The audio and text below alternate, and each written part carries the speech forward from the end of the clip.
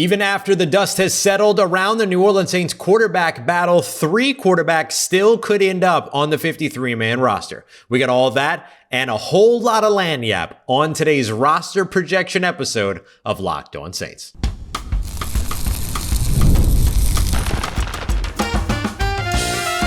You are Locked On Saints, your daily New Orleans Saints podcast. Part of the Locked On Podcast Network, your team every day.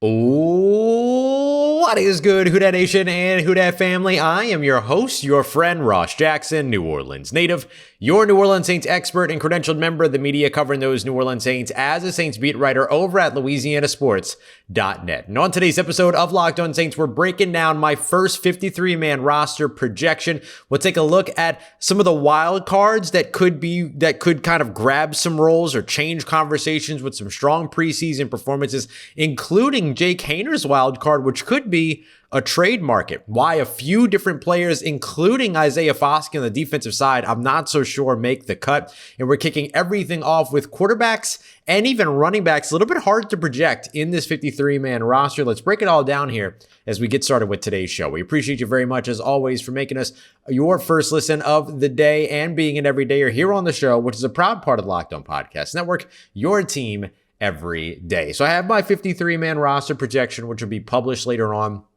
over at LouisianaSports.net as well. This is kind of the post-Metairie stretch of training camp, pre-California, preseason kind of projection here. And so things will change as we see more preseason performances, as some roster moves are made, all those other things. But let's start off with where I think things will sit when it comes to the quarterbacks. And look, all the conversation, of course, around the quarterbacks is who's going to be the starter. We believe it will be one of Spencer Rattler or Tyler Shough, but I still think that the Saints keep 3 quarterbacks on their roster. And so for right now, I will still say that is Spencer Rattler, Tyler Shough, and Jake Haener. The reason why I'm going with 3 is because of the fact that that's what Kellen Moore's offense had even just last year with the Philadelphia Eagles. He had Jalen Hurts, Tanner McKee, and Kenny Pickett. So the idea of having Jake Haener along with the other 2 guys on this roster, it doesn't feel too out of the ordinary for what it is that Kellen Moore is accustomed to, and the offenses that he's helped build as an offensive coordinator in his previous stops. The sneaky thing here is Hunter Dekkers, right? The Saints moving on from Matthew Hayball for the 4th year in a row. They'll have a 4th new punter. And in the corresponding move to that, they bring back Hunter Dekkers, who they waived to bring in a 3rd punter over the course of training camp. And so the idea of bringing Hunter Dekkers back seems to signify that, there's something maybe at the quarterback position that they just want to be ready for. And I'll tell you a little bit about what I think that might be later on. Let's take a look at the running backs next. Equally hard to project. Lots of different running backs that could potentially make this roster. And I did something a little bit out of the ordinary when it came to the running backs. I'm keeping 5, even though it's really kind of 4.5. Kellen Moore said that typically he likes to keep 3 or 4. He didn't really say he likes to. He just kind of said that in the past he has. But 3 or 4 running backs on the roster with 1 or 2 on the practice squad. Here's how I have this shaking out. Alvin Kamara, of course, is a lock.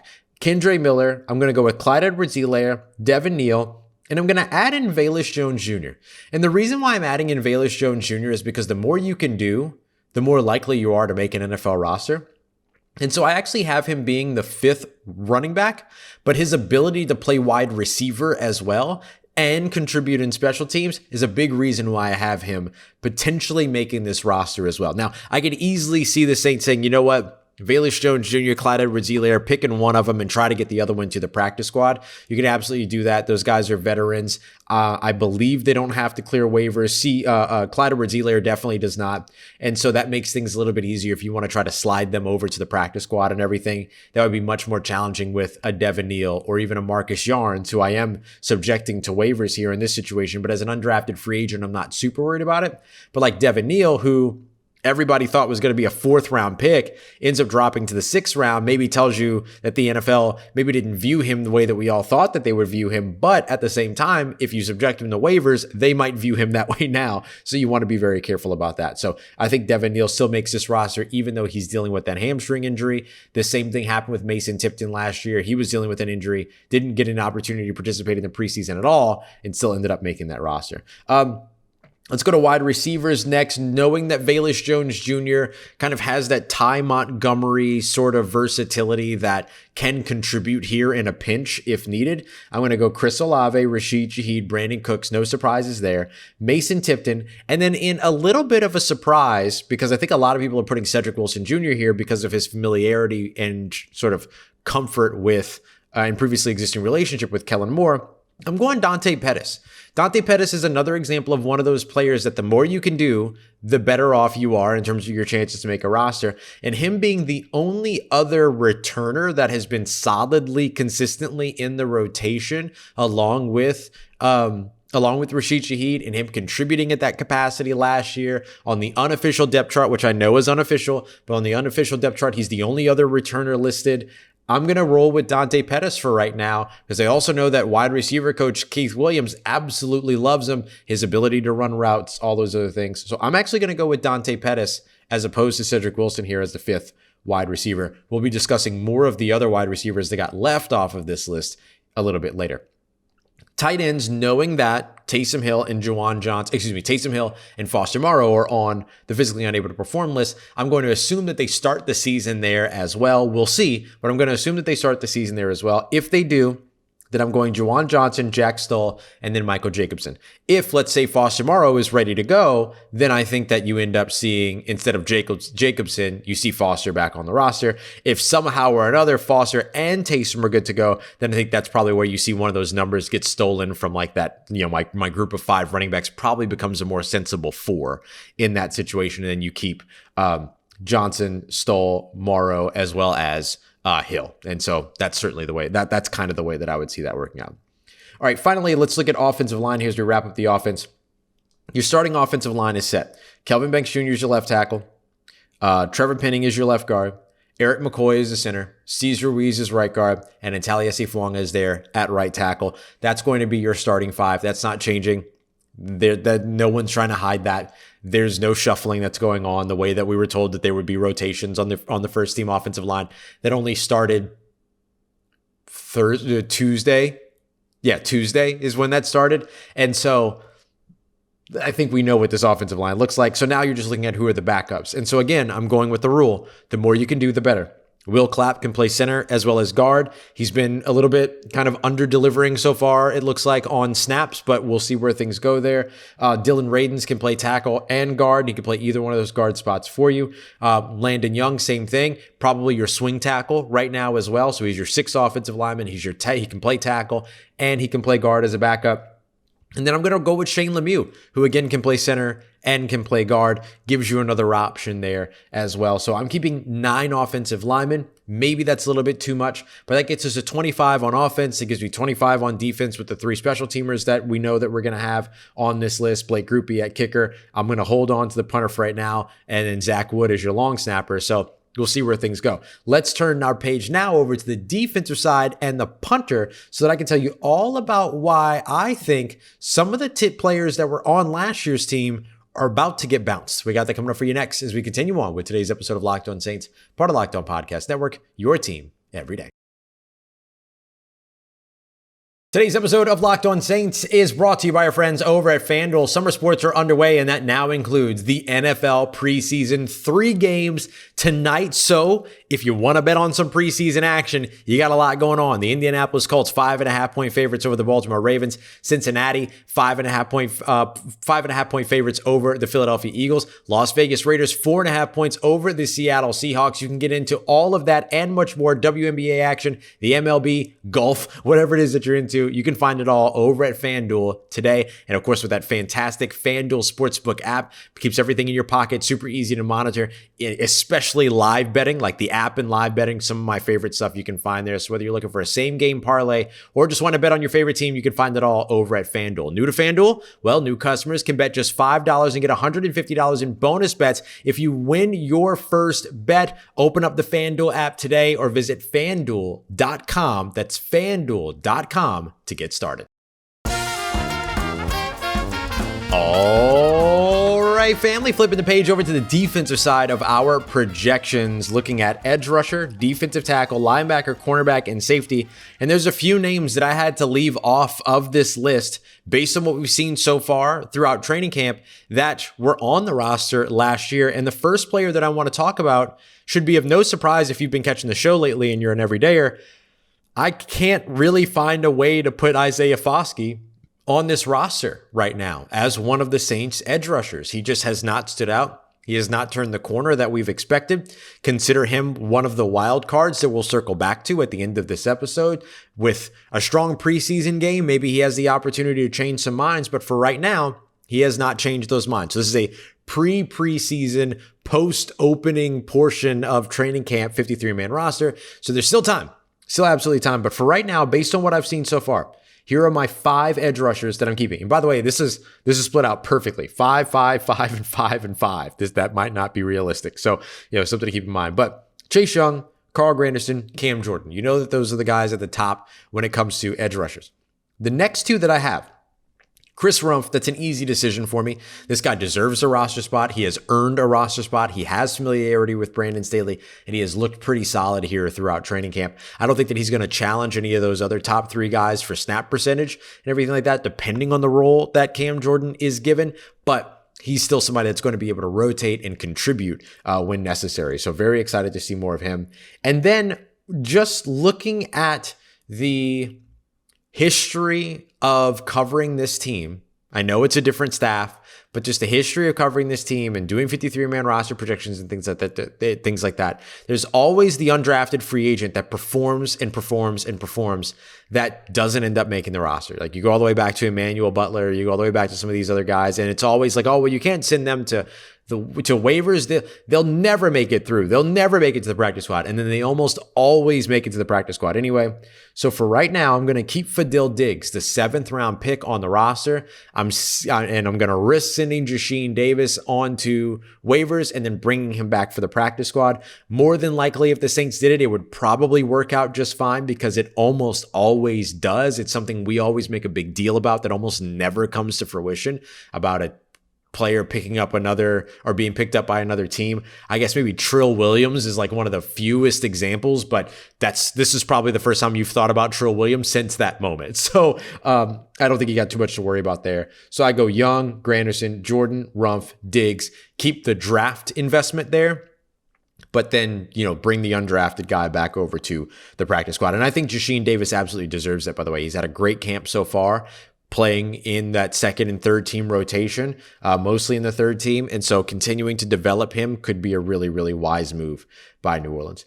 Defensive tackle, just to break it up a little bit, at nose tackle, I'm keeping Devon Godshaw and Colin Saunders. When it comes to the sort of 3-4 defensive end type defensive tackles, I'm going Bryan Bresee, Jonah Williams, and then I've got Vernon Broughton, who it kind of walks the line in between the two. I have to leave Nathan Shepard off, which kind of hurts because Nathan Shepard has had a pretty strong camp. So maybe you decide that you don't need the second nose tackle, because I would say that Shepard has had a stronger camp than Saunders so far, but Saunders' position is more uniquely necessary. And then you work on getting Christian Boyd back to the practice squad. And so I could go either way there when it comes to that, but this is an interesting one. I think you keep Jonah Williams because he's had a really strong camp. You put the 3rd round investment in Vernon Broughton. He's making this roster. Bryan Bresee ain't going nowhere. And Devon Godshaw has looked like one of the best, if not the best, free agent acquisitions for the Saints so far this offseason. Or sorry, not free agent acquisition, new acquisition for the Saints. He was added via trade. And so I think that's the way I'm going to shake out the defensive tackles for right now, obviously with some time for things to kind of get shaken up over the course of the next few weeks. At linebacker, again, another very easy one. Demario Davis, Pete Werner, Danny Stutzman, Nephi Sewell, and then I'm keeping DeMarco Jackson. And I know that ends up leaving Jalen Ford on the outside looking in. That's a tough situation for a guy that comes in or that came in from Texas. And really, honestly, he's had some strong practices here recently. But DeMarco Jackson has looked so good, so much recently, and is a core special teamer for this team. It's really hard to keep him off. Nephi Sewell is another one of those guys that's a core special teamer, and he has had a really strong camp over the defensive side. Danny Stutzman's been an absolute stud. And so you already know you're starting two with Demario Davis and Pete Werner. So I'm going to roll with those five for right now. At corner, five again. I mean, anybody can pick this out. This is Kool-Aid McKinstry, Alontae Taylor, Isaac Yiadom. That's probably your starting three unless Quincy Riley continues to perform and then maybe steals a spot somewhere. But I'm going Rico Payton and then Quincy Riley. So those are the five there. McKinstry, Taylor, Yiadom, Payton, as well as Riley. Rico Payton's a really easy one for me because he has performed well on defense and he had a stellar preseason last year, made the roster last year. I think he makes the roster again this year. So he's one of the guys that we're not keeping off of the roster in this example. And then at safety, obviously, this is a position that saw a big shakeup with the retirement of Tyrann Mathieu, but the Saints had already drafted Justin Reed. And so Justin Reed kind of steps into that leadership role. So you've got him. I'm going to roll with Julian Blackmon right now as the starter opposite Justin Reed. He's kind of been that almost since the moment that he walked in at Airline. And so I'm going to keep Julian Blackmon on there, keeping Jordan Howden, rookie Jonas Sanker, and then, of course, keeping JT Gray, who's one of your special teams captains, along with Zach Wood. Zach Wood, of course, looking for his third year as a special teams captain. JT Gray looking for his fifth year in a row as a team captain. And I think that's a pretty easy safety room to fill out, right? Reed and Blackmon are your starting tandem, with Reed being able to play down in the box a little bit more, and then Blackmon being somebody that can cover deep, and then of course both of them being a little bit interchangeable, but kind of having those more specified roles. Howden is a great backup to Blackmon, while Sanker is a great backup to Eric Reed, and the ability to be able to kind of play down in the box and play a versatile role. I think that's super simple. And then JT Gray, of course, your elite gunner, your elite special teamer, a captain on your team. I think you're keeping him around as well. All right, finally, I wanted to circle back to special teams for a second. We know Blake Grupe's the kicker. You know Zach Wood is the long snapper, which, by the way, shout out to Madden for finally adding long snapper as a position. Zach Wood no longer the lowest rated player in Madden, now the third, tied as the third best long snapper in the league. Blake Grupe filling us in on that during an impromptu press conference the other day. And then so at punter, with Matthew Hayball now out and the Saints looking to have their fourth starting punter in 4 years, I'm going with James Burnip. James Burnip and Kai Kroger have been the guys that have been competing here, or going to be the guys that are going to be competing moving forward. And just looking at some simple things like the amount of times that James Burnip has punted so far, I've got 48 different punts for him with an average of 4.44 seconds of hang time. Kroger's kicked just 15 times so far, 4.3 seconds, 4.39 seconds for his average hang time. So I just think I'm kind of separating those guys a little bit on like logistics here, but I just feel like James Burnip has been the guy that's kind of upset this entire thing from the very beginning. He's been seeing a lot of action, and I think that during game situations, I think we'll really be able to see what that leg looks like. All right, coming up next, I think that there are some wild cards that can change things with strong preseasons, and one of my favorite ones ends up being Jake Haener because of what he could command for himself in the trade market. We got that coming up for you next as we continue on with today's episode of Locked On Saints, part of Locked On Podcast Network, your team every day. This episode is presented by Yahoo Fantasy. The NFL season is effectively back, and that means so too is fantasy football. So head over where everybody else is, which is Yahoo Fantasy, which is where you should be too. Whether you're a first timer or whether you're a veteran that is making your millionth league, go ahead and download that fantastic Yahoo Fantasy Football app. And to celebrate 28 years of fantasy football greatness, Yahoo Fantasy is dropping 28 big new features over 28 days throughout August. To kick it off, they just dropped Yahoo Fantasy Guillotine Leagues, a killer new way to play fantasy football on Yahoo where the lowest scoring team gets eliminated each week until there's one team left standing. So with the season around the corner, now's a great time to get your league together and give this new mode a try. And if you're into the classics, you can still play head-to-head in private leagues and or join a public league as well. So stay tuned for more killer announcements and start playing Yahoo Fantasy Football now at yahoofantasy.com/lockedonnfl. Let's get it, Who Dat Nation. We just finished up our 53-man roster projection. Can't wait to hear your thoughts on it, where you differ as well. And not everybody, no one has the same 53-man roster projection as another person. And so very interested to hear where your opinions differ. But what I wanted to take a look at next, what I want to take a look at next is the wildcards, right? Where people can shake things up on this 53-man roster projection that is preseason, seeing people in game action, all these other things. And I wanted to start off with Jake Haener because there's something really intriguing here around what the future of Jake Haener could truly look like. Like if Jake Haener goes out there and has a solid preseason, I don't think that that's going to shoot him up past Spencer Rattler and Tyler Shough, unless he has this incredible preseason, right? Like one of the greater preseasons that we've seen for a young quarterback. But what that does, though, is that it kind of puts Jake Haener in the driver's seat of his future. Because look, here's the reality, right? Jake Haener becomes the third string quarterback this year for the New Orleans Saints. Okay, that's not something that would be super surprising at all.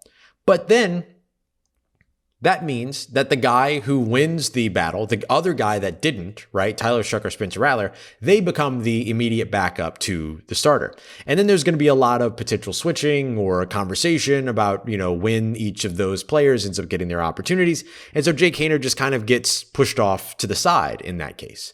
And then you go into the offseason and let's say that the Saints struggle. Let's say that they win 4 games, 5 games, and they're in position to grab another quarterback, then there's a chance that another quarterback ends up coming in and immediately leaping Jake Haener all over again.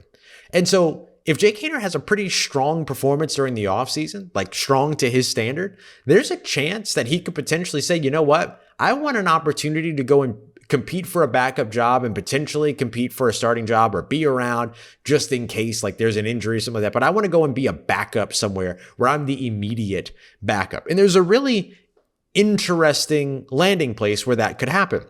I bring up the Chicago Bears. Now, you're not challenging Caleb Williams for the starting role. There's no doubt about that. However, here are the 3 backups right now behind Caleb Williams in Chicago. Tyson Bagent, Case Keenum, Austin Reed. One of the worst backup quarterback rooms in the NFL right now. In fact, they were recently ranked the 31st worst, and they were just barely ahead of only one other team.